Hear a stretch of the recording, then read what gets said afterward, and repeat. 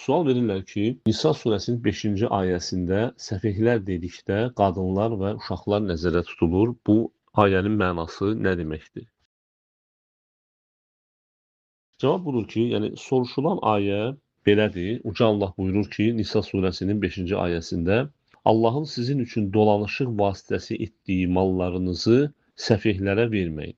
Və burada səfehlər dedikdə demək kimlər nəzərdə tutulur? Necə ki İbn Kəsir təfsirində bunu açıqlayır və bildirir ki, demək mal idarə etmək qadağan olunanlar bunlardır.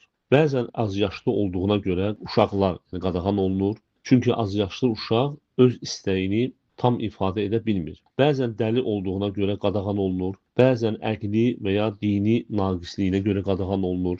Bəzən isə müflis olduğuna görə ona mal idarə etmək qadağan olunur. Müflis kimdir? Borcu çox olan insandır və borcu olduğuna görə hakim onun malının üzərinə həbs qoyur və o da malından istifadə etmək qadağan olunur. Düzdür, ayənin təfsirində bəzi səhabələrdən, necə ki Abdullah ibn Abbasdan və digər təfsirçilərdən gəlib ki, burada qadınlar və uşaqlar nəzərdə tutulur. Səfehlər dedikdə, lakin bu da hansı qadınlara aiddir? O qadınlar ki, onlar bədxərcdirlər.